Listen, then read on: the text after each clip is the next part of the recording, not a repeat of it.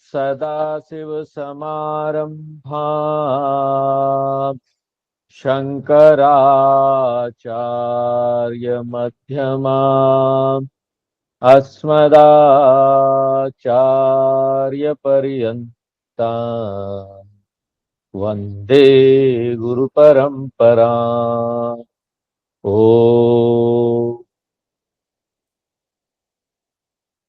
गीता का 18वां अध्याय मोक्ष संन्यास योग।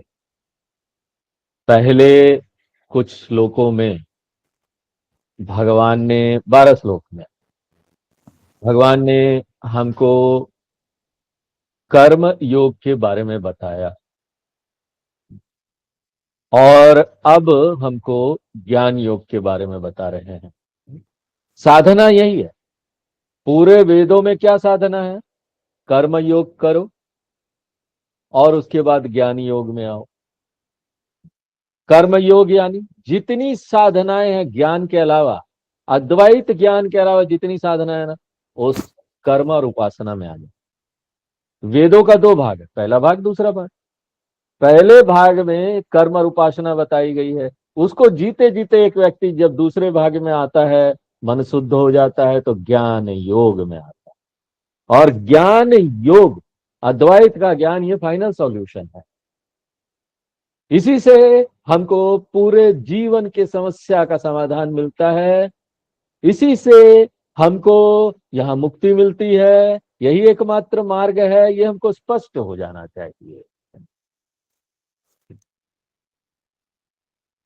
जीवन का रहस्य, जगत का रहस्य, जीव का रहस्य, ईश्वर का रहस्य, ये सब का समाधान हमको मिल जाता है। और जब हमको जीव, जगत, ईश्वर, इसका समाधान मिल जाता है, हम समझ जाते हैं, तो हम ना पूरी दुनिया को समझ जाते हैं। इसका ज्ञान जिसको हो गया ना, पूरी दुनिया का ज्ञान समझो हो गया, और कोई ज्ञान नहीं प्राप्त करना। यही ज्ञान पूरी संतुष्टि दे देता है कि अब तो सब समझ गए हैं। जो आत्मा को जान गया वो सब जान। तो देखो ये प्रक्रिया है। 18वां अध्याय पूरा गीता का सार है। इसमें थोड़ा थोड़ा बताएंगे भगवान सब चीज जो अभी तक बताया गया। तो 18वां अध्याय सुन लो ना, तो समझो पूरा गीता ही सुन लिया। तो शुरू में बता दिया कर्मयोग। अब यहां पर 13 से लेकर 17 नंबर श्लोक में भगवान ज्ञान योग के बारे में बता रहे हैं। वैसे सार ही बताएंगे, पूरा तो बता दिया है। तो पिछले क्लास में हम लोगों ने 13वां नंबर श्लोक देखा, जिसमें भगवान ने प्रॉमिस किया कि यहां बताएंगे भगवान कि करता कौन, कौन यहां कर रहा है, कौन यहां भोग रहा है।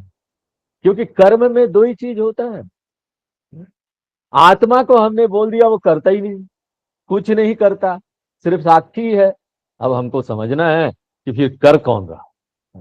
बड़ी अच्छी तरीके से समझ लेना है, तभी जाकर, जब हम इसको अच्छी समझ बना लेते हैं ना, तभी जाकर ना ये हमारे हृदय में उतर आता है। हृदय में उतर आता है तो व्यवहार में उतर आता है।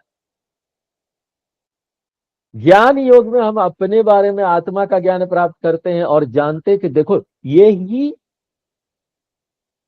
मूल चीज है जो सबको शक्ति दे रहा है, लेकिन करता कुछ नहीं, लिप्त नहीं होता, असंग रहता है।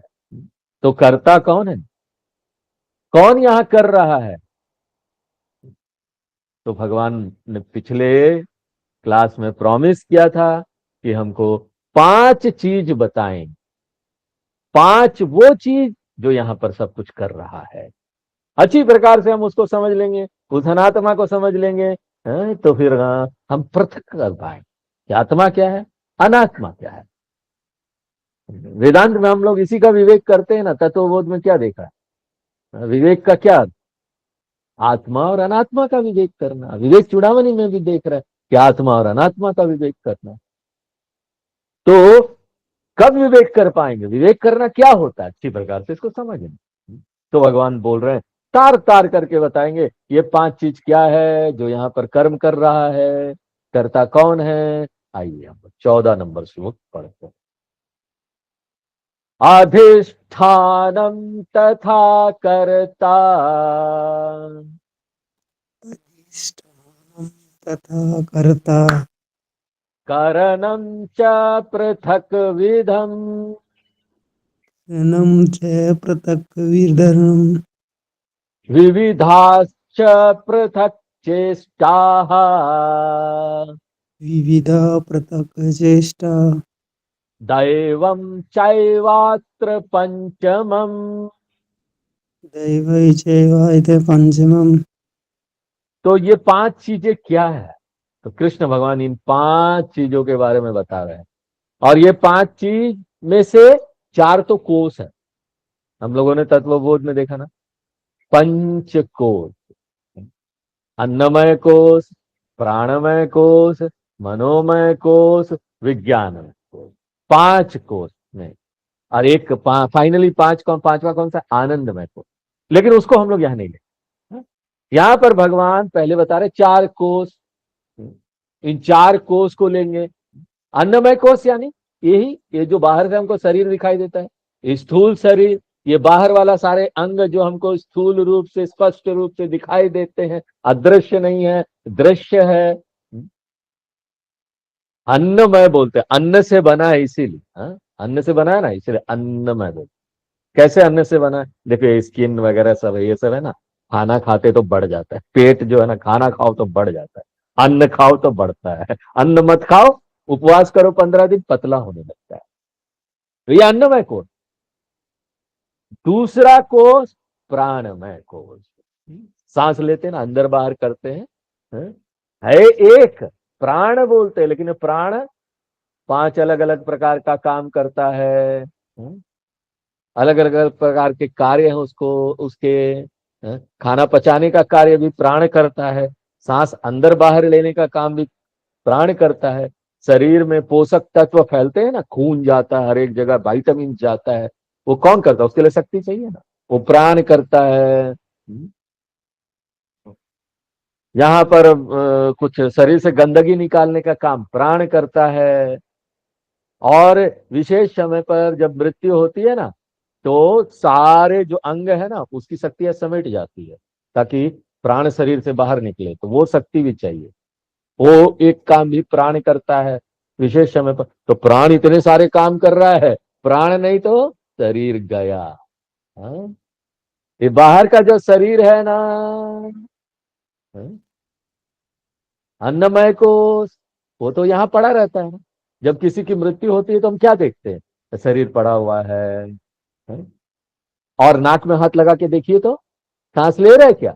नहीं, सांस अंदर बाहर भी नहीं हो रहा है, वो पल्स भी नहीं है, डाइजेशन भी नहीं हो रहा है, और सर्कुलेशन भी नहीं हो रहा है अंदर पोषक तत्वों का। तो ये प्राणमय कोष है।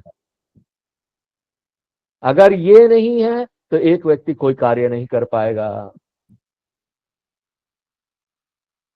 शरीर है लेकिन ये नहीं है, तो शरीर तो मृत हो गया। और देखिए, हमको ये बात कब पता चलती है प्राण कितना महत्वपूर्ण है? किसी व्यक्ति को आस्थमा, एक बीमारी है, सांस की बीमारी, आस्थमा बोलते हैं, वो हो जाता है तो सांस लेने में बड़ी तकलीफ होती है। और उस व्यक्ति के लिए तो सांस ही लेना पूरा जीवन का वही कार्य हो जाता है, सांस लो, कैसे सांस लेना है? तो जब हमारा सांस ना नॉर्मल चलता है तो हम उस तरफ ध्यान भी नहीं देते कि कितना बड़ा काम वो कर रहा है। लेकिन जब ये बीमारी हो जाती है ना, उससे पूछिए कि सांस लेना कितना महत्वपूर्ण काम है। नहीं तो हर समय सांस ले रहे हैं, तो या पूछेगा क्या कर रहे हो? सांस ले रहे हैं। ये प्राणमय कोष है। उसके बाद तीसरा जो है मनोमय कोष है।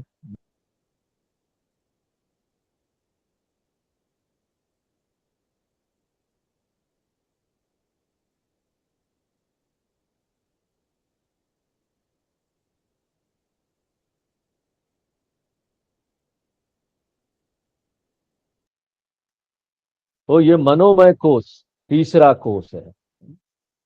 मनोमय कोष क्या है? हमारा मन वाला, हमारा मन एक कोष बनाता है। कोष मतलब क्या? कोई कोई ना रखने वाला चीज, उसका कवर, कोष बोल। उस कवर के अंदर क्या रहता है? हमारा इमोशनल पर्सनालिटी। उसमें प्रेम है, उसमें करुणा है, उसमें जलन है, उसमें घृणा है, उसमें क्रोध है, ये सारे इमोशंस है ना। ये सारे इमोशंस हमको ठेलते हैं, हट जाओ, करो, कर्म करो, कर्म करो। हाँ? करुणा आता है, प्रेम आता है, किसी को प्रेम देते हैं हम, सहला देते हैं उसको। करुणा आता है, उसके लिए कुछ करने का मन करता है तो जाते करते हैं। जलन आता है, हाँ, आप लोगों को तो नहीं आता, लेकिन यहाँ जलन करने वाले लोग बहुत है। वो जलते हैं, उसके लिए कुछ गलत करना चाहते हैं, घृणा करते हैं, तो कभी कभी क्रोध में आदमी मार भी देता है दूसरों को। कभी कभी क्या, ज्यादातर समय हाथ उठ जाता है। तो ये सारी चीजें हमसे कर्म करवाती है, इसलिए मनोमय कोष क्या है, ये तीसरा कोष है। चौथा क्या है, विज्ञानमय कोष, बुद्धि वाला, जो सोचता है, वो भी एक शरीर है, वो भी एक कोष है, हाँ, कवर है, बुद्धि। हाँ? और ज्यादातर समय हमको इससे काम करना चाहिए, लेकिन कई बार शक होता है क्या हम बुद्धि का उपयोग कर रहे हैं। हम्म? ये बुद्धि बड़ी काम की चीज है, विवेक करना, निर्णय लेना, सब में ये काम आता है ना, ऑफिस में। और ये हावी हो जाता है भावना के ऊपर, मनोमय कोष के ऊपर। ऑफिस में क्या होता है, काम करने जाते हैं ना, वहां लोग, सैलरी मिलता है, तनख्वाह मिलता है, परिवार चलता है, तो कभी कभी वहां बहुत कुछ सहना भी पड़ता है। हर समय है ना, आप गुस्सा होकर अपने बॉस को कुछ नहीं बोल सकते, वहां बॉस होते हैं। बॉस आपके ऊपर गुस्सा है, कैबिन में बुलाकर आपको डांट रहे हैं, बिना मतलब का डांट रहे हैं, मन ही मन सोचता है व्यक्ति कुछ हमने किया नहीं फिर भी डांट रहे हैं। और ऐसा लगता है ना अभी बॉस के ऊपर ना जम के टूट पड़े। लेकिन विज्ञान में कुछ जो बुद्धि वाला है वो क्या बोलता है, रुक जाओ रुक जाओ, बॉस के ऊपर चिल्लाओगे तो नौकरी गई, पैसा गया। इसलिए हमको क्या लगता है, चुप रहो, चुपचाप सह लो। मनोमय कोष के ऊपर हम हावी हो जाते हैं। मन तो ये सोचता है कि इसको भी मारे दो चार बॉस को, लेकिन ना विज्ञानमय कोष बोलता है रुको रुको रुको, मत करो, विवेक करो। इसलिए हमको अपने आप को रोकना पड़ता है, मेरा परिवार है, मेरे बच्चे हैं, पैसा कहां से आएगा। इसलिए मन ही मन हम ना उसको कोसते हैं, मन ही मन कोसते हैं, जाओ नरक में जाओगे, तुम नरक में सड़ोगे। मन मन बोल के बाकी हम ना अपने अंदर उसको सह लेते हैं। अंदर कितना इंटरनल प्रेशर होता है ये सब चीजों के कारण। इसलिए बोलते हैं ना, यहाँ पर जापान या दूसरे यूरोपियन देशों में ना, वहां पर कंपनी वगैरह होती है, वहां पर एक अलग कमरा बनाया है। वहां पर उस कमरे में बॉस का, डायरेक्टर का पुतला रख दिया है। और जब भी वो वहां पर काम करने वाले लोग हैं ना, अपने बॉस से, अपने डायरेक्टर से गुस्सा होंगे ना, कहाँ अपना गुस्सा निकालेंगे, वो कमरे में जाएंगे, उसको पुतले को मारेंगे, खूब मारो खूब मारो खूब मारो। हाँ, और उसके बाद अपनी भड़ास निकाल दो, कुछ तो रिलीफ मिलेगा। ये इसी तरीके से पुतला जलाते हैं ना, पुतला जला दिया उसका, चलो खैर ये सब अलग बातें हैं। अब हम टॉपिक पे आते हैं। तो अन्नमय, प्राणमय, विज्ञानमय। हम्म, और क्या बीच में क्या छूट गया, मनोमय, अन्नमय, प्राणमय, मनोमय, विज्ञान। ये चार कोष है जो कर्म करने के लिए चाहिए, इसे हम कर्म करें। पांचवा क्या है, अरे हम लोग पांचवा पांचवा तो कोष में स्वामी जी आनंद में है। आपने तत्वबोध में बताया था हमको, कि पांच कोष होते हैं, पंचकोशम। ये पंचकोश क्या है, हैं? अन्नमय कोश, प्राणमय कोश, मनोमय कोश, विज्ञानमय कोश, आनंदमय।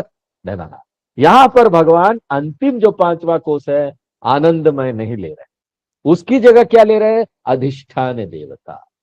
हमारे शास्त्रों के अनुसार हर एक अंग का एक अधिष्ठान देवता है, जो हमने तत्वबोध में भी देखा। आंखों का एक देवता है, क्या देवता है, आंखों के देवता कौन है, सूर्य देवता। इसलिए बोलते हैं आंखों में कोई प्रॉब्लम हो ना, तो ना सूर्य देवता की उपासना करो, भगवान हमारा आंख ठीक कर दीजिए। हम्म? और मन, मन का देवता कौन है, बोलते मन का देवता चंद्रमा। हम्म? चंद्रमा उसके देवता है, इसलिए मन में कोई समस्या आती है ना, तो चंद्रमा देवता को पूजा करना है, हेल्प मांगना चाहिए। चंद्र देवता, इसे बोलते हैं चांद, चंद्र ग्रहण वगैरह लगता है ना, वो चांद मन को भी वो इफेक्ट करती है, वैज्ञानिक लोग बोलते हैं वो मन के देवता है। हम लोग उसको देवता के नाम पर बोल देते हैं, लेकिन वैज्ञानिक रूप से देखें तो नेचर वही कर रही है, प्राकृतिक शक्तियां है ये। उसके बाद क्या है, हाथ का देवता। क्या हाथ का देवता हमने बोला था तत्वबोध में? टेस्ट लेना चाहिए सब लोगों का। हस्तयोर इंद्रा, इंद्र देवता है हाथ के। तो ये सब मिला के जितने देवता हैं इन अंगों के, अलग अलग अंगों के, वो मिला के क्या बोलते हैं उसको? दैवम। बिना भगवान के आशीर्वाद के, ये लोग देवता लोग हैं, ये लोग आशीर्वाद नहीं देंगे ना तो हमारा अंग काम नहीं करेगा। आंखें अंधे हो जाते हैं, मतलब भगवान का आशीर्वाद नहीं है। कान बहरा हो जाता है। तो चार कोष प्लस ये अधिष्ठान देवता। अब श्लोक की तरफ देखिए। श्लोक में अधिष्ठान लिखा गया है ना। अधिष्ठान यानी अन्नमय कोश। अन्नमय कोश बाहर का स्थूल शरीर। दूसरे लाइन में लिखा गया ना पृथक चेष्टा। पृथक चेष्टा यानी प्राणमय कोश। हमारा जो प्राण है वो सारे काम करता है, पृथक विविध काम करता है। सांस भी लेना देना, बाहर गंदगी फेंकना, अंदर सर्कुलेट करना, ये प्राणमय कोश है। उसके बाद पृथक विधम कर्णम, इसमें मन आ जाता है और इंद्रियां आ जाती है। पृथक विधम कर्णम, अलग अलग प्रकार के जो आंख, आंख है, इंद्रियां जो हो गई, आंख है, कान है, नाक है, त्वचा है, तो ये मनोमय कोष हो जाते हैं। फिर कर्ता। कर्ता यानी विज्ञानमय कोष, जो हमारा बुद्धि विवेक करने वाला जो बुद्धि है, निर्णय लेने वाला जो अथॉरिटी है। क्योंकि बुद्धि को ही निर्णय लेना पड़ता है ना, क्या मुझे करना है क्या नहीं करना है। इसलिए कर्ता यानी विज्ञानमय कोष। तो ये चार कोष हो गए। और पांचवा कौन है? दैवम च पंचमम। दैवम यानी वो दिव्य सत्ता, इसके आशीर्वाद के बिना अंग काम नहीं करते। तो ये पांच चीजें हैं जिससे यहाँ पर ना शरीर काम करता है। यही भगवान बताना चाहते थे। आगे क्या बोलते हैं 15 नंबर श्लोक में, देखते हैं। शरीर वांग मनोभिर्यत शरीर मनोवीर्यत् कर्म प्रारभते नरः कर्म प्रारब्ध न्यायं वा विपरीतं वा न्यायं वा विपरीतं वा पंचैते तस्य हेतवः। चैते तस्य हेतवा।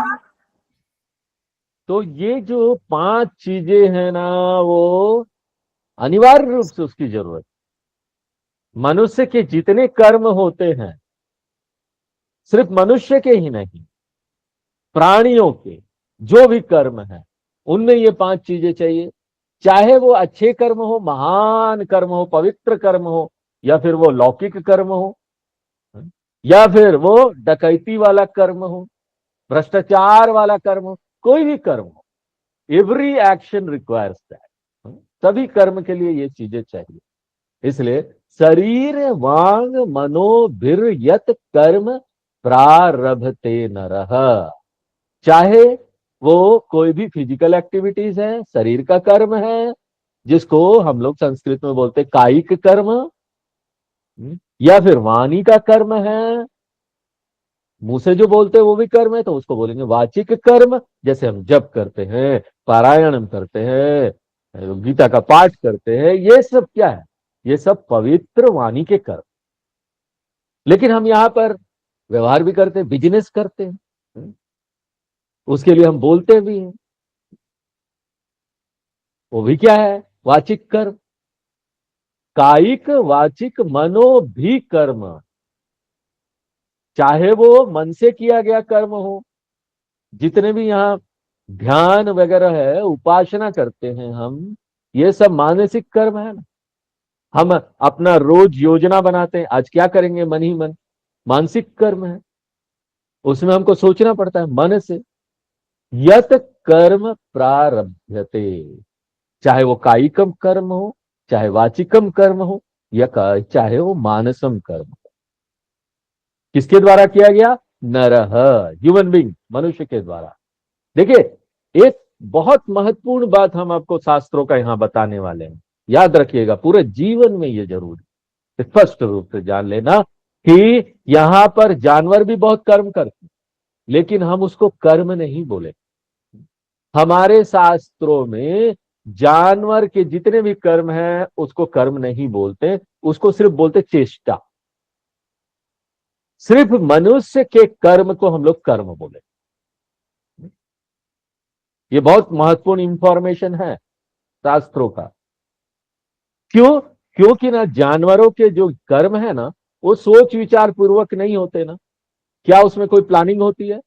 प्लानिंग के बाद इंप्लीमेंटेशन होता है कि प्लान हो गया, योजना हो गई, अब चलो करें। एक कुत्ता है, वो रोड में दौड़ रहा है, मान लीजिए एक व्यक्ति जाता है उसके पास इंटरव्यू लेने के लिए, कुत्ता कुत्ता जी आप इतना जोर जोर से कहां भाग रहे हैं, कोई इंपॉर्टेंट मीटिंग है क्या? Dog meeting. आपका फ्यूचर प्लान क्या है? वो कुत्ता से सिर्फ भौं भौं कर देगा, भोग देगा।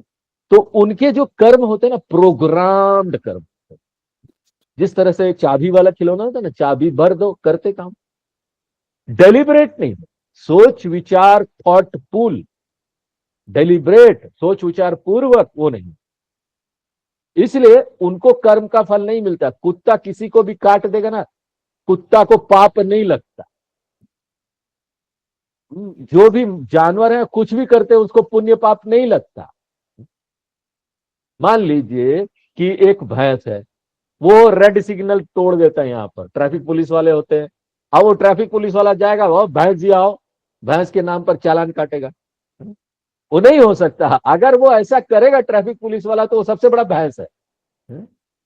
भैंस अगर रोड पर आती है और कुछ करती है तो उसके मालिक को पकड़ा जाएगा। मालिक कौन है? मनुष्य। इसलिए जानवर के जो कर्म है ना, उसको कर्म नहीं बोलेंगे, उनको कभी भी आगामी पुण्यम या आगामी पापम नहीं मिलता। जबकि मनुष्य क्या है? मनुष्य अगर कोई नियम का उल्लंघन करता है, कानून का उल्लंघन करता है, चाहे वो जानता हो या ना जानता, उसको जेल हो जाएगा। कानून में लिखा हुआ है कि कानून का नहीं जानना किसी को कानून का छूट नहीं देता है। मान लो कोई व्यक्ति किसी का मर्डर कर देगा, बोले हमको पता ही नहीं था कि मर्डर क्राइम है, ये नहीं चलेगा। कानून जानते हो या नहीं जानते हो, अगर उल्लंघन करोगे तो मनुष्य को दंड मिले। इसलिए कोई भी देश का नागरिक हो, वो ये नहीं बोल सकता, बहाना नहीं बना सकता, मुझे तो ये नियम पता नहीं था, मुझे ये लॉ नहीं पता था, मुझे कानून नहीं पता था। नहीं, अगर तोड़ा, नहीं भी पता था, तब दंड मिलेगा। इसलिए कृष्ण भगवान यहां क्या बोल रहे? नरह, नरा यानी मनुष्य, ह्यूमन बींग, जिसमें पुरुष और स्त्री दोनों आ जाते हैं। ऐसा मत समझिए कि हम नरा बोल रहे हैं तो नरा नारी नहीं होगा। स्वामी जी, भगवान ने तो बोला नारी नहीं, नहीं नहीं, सभी मनुष्य आ जाए। न्यायम व विपरीतम व, कोई भी कर्म हो, न्यायिक कर्म हो यानी धार्मिक कर्म हो, जो शास्त्रों में बताया गया वो कर्म कर रहे हैं, जो लीगल है। विपरीतम व यानी ऑपोजिट कर्म कर रहे हैं, ऑपोजिट, इलीगल कर्म, अनैतिक कर्म, अधार्मिक कर्म। ये सारे कर्मों में ये 5 चीजें हैं, ये 5 चीजों से होता है। तो कृष्ण भगवान क्या बोलते हैं? पंच एते हेतवा, तस्य यानी उस कर्म के लिए, उस कर्म के लिए कायिक, वाचिकम, मानसम, धार्मिक, अधार्मिक, कोई भी कर्म हो उसके लिए ये ते पंच, ये 5 चीजें चाहिए, जो पिछले श्लोक में बताया गया। ये ते यानी 5 चीजें जो पिछले श्लोक में बताया गया, वही हेतुआ है, वही करता है। और कृष्ण भगवान क्या बताना चाहते हैं, उनका उद्देश्य क्या है ये सारी चीजें बताकर? क्या इंटेंशन है उनका? उनका इंटेंशन ये बताना है कि ये सब अनात्मा में आ जाता है, ये सब भौतिक पदार्थ का बना हुआ है। एक चीज है जो चेतनता है, चेतनता को रहना है, और उसके रहने मात्र से ये सब काम करने लगती है। आत्मा के रहने मात्र से ये सारा कुछ काम करने लगता है। लेकिन आत्मा कोई कर्म नहीं करता। यहां पर देखिए, अगर इस कमरे में बहुत महत्वपूर्ण कोई नाटक चल रहा है, कोई प्रोग्राम चल रहा है, तो यहां पर प्रकाश चाहिए, लेकिन प्रकाश कोई कर्म नहीं करता। लेकिन प्रकाश के रहने मात्र से यहां पर हम लोग कर्ता भोक्ता बन जाते हैं। इसलिए चेतनता जो है वो कर्ता भी नहीं है, भोक्ता भी नहीं है। अर्जुन, तुम वो चेतनता हो, इसलिए सीखो, learn how to claim that. अकर्ता भोक्ता जो आत्मा है, हम कैसे अपनी पहचान उससे बनाए, साक्षी बने। शरीर से पहचान बनाकर, इस छोटे से सीमित शरीर से पहचान बनाकर हम सीमित हो जाते हैं, और यहां फिर काम करते हैं और भुगतते हैं, फिर रोते हैं। लेकिन इसका मतलब नहीं है कि ना हम शरीर को नेग्लेक्ट कर दें, इसकी उपेक्षा कर दें। शरीर का उपयोग कीजिए, शरीर को अच्छी प्रकार से मेंटेन कीजिए, योग कीजिए, व्यायाम कीजिए, एक्सरसाइज कीजिए, लेकिन अपनी पहचान इससे मत बनाइए। ये एक कार है, एक स्कूटर है, एक स्क्रू ड्राइवर की तरह है। ये सब क्या है? ये सब इंस्ट्रूमेंट है, इसका मेंटेनेंस होना है, मेंटेनेंस करना है, इसको अच्छी तरीके से इसका रख रखाव करना है। लेकिन हम बड़ी अच्छी तरीके से समझ लेते हैं ना, हम कार नहीं है, हम ड्राइवर, हम यहाँ पर स्क्रू ड्राइवर नहीं है, उसमें हम बड़ी ज्ञानी है, समझ जाते हैं हम लैपटॉप नहीं है, हम चेयर नहीं है, हम कार नहीं है, हम स्क्रू ड्राइवर नहीं है। लेकिन जब ये शरीर की बात आती है ना, तो हम इस बात को नहीं समझ पाते। शरीर और मन की जब बात आती है ना, तब इसमें भी ऐसे ही समझो कि ये ना एक कार की तरह है, एक स्क्रू ड्राइवर की तरह है। इसलिए कृष्ण भगवान क्या बोल रहे हैं, ये शरीर और मन जो है ना, वो बड़ा सूक्ष्म टाइप का स्क्रू ड्राइवर ही है। इसका उपयोग कीजिए, use it but do not identify yourself. अपनी पहचान इससे मत बनाओ। अगर इससे पहचान बनाएंगे तो इसका सारा जो धर्म है ले लेंगे ना। अगर इसका सारा धर्म ले लेंगे तो ये तो छोटा है, ये रोएगा गाएगा, इसको किक भी लगेगा, झटका भी लगेगा, परेशान भी होगा, हम भी परेशान ऊपर नीचे परिस्थितियों में होते रहेंगे। इसलिए साक्षी बनेंगे तो इससे छूट पाएंगे। ये जंजीर है, और इस जंजीर को जंजीर की तरह देखो। जंजीर का उपयोग बहुत होता है ना, उसका उपयोग करो। कई चीज को बांधने में होता है, लटकाने में होता है, हेल्प लो उसका। व्यवहार में जो इसका उपयोग हो सकता है करो, अच्छा उपयोग करो। लेकिन ये नहीं मानो कि ये तुम ही, ये सत्य शास्त्र बताते हैं। आज हम यही विराम देते हैं, आगे फिर नेक्स्ट देखेंगे। ओम पूर्णमदः पूर्णमिदं पूर्णात् पूर्णमुदच्यते पूर्णस्य पूर्णमादाय पूर्णमेवावशिष्यते। ओम शांति शांति शांति। हरि ओम।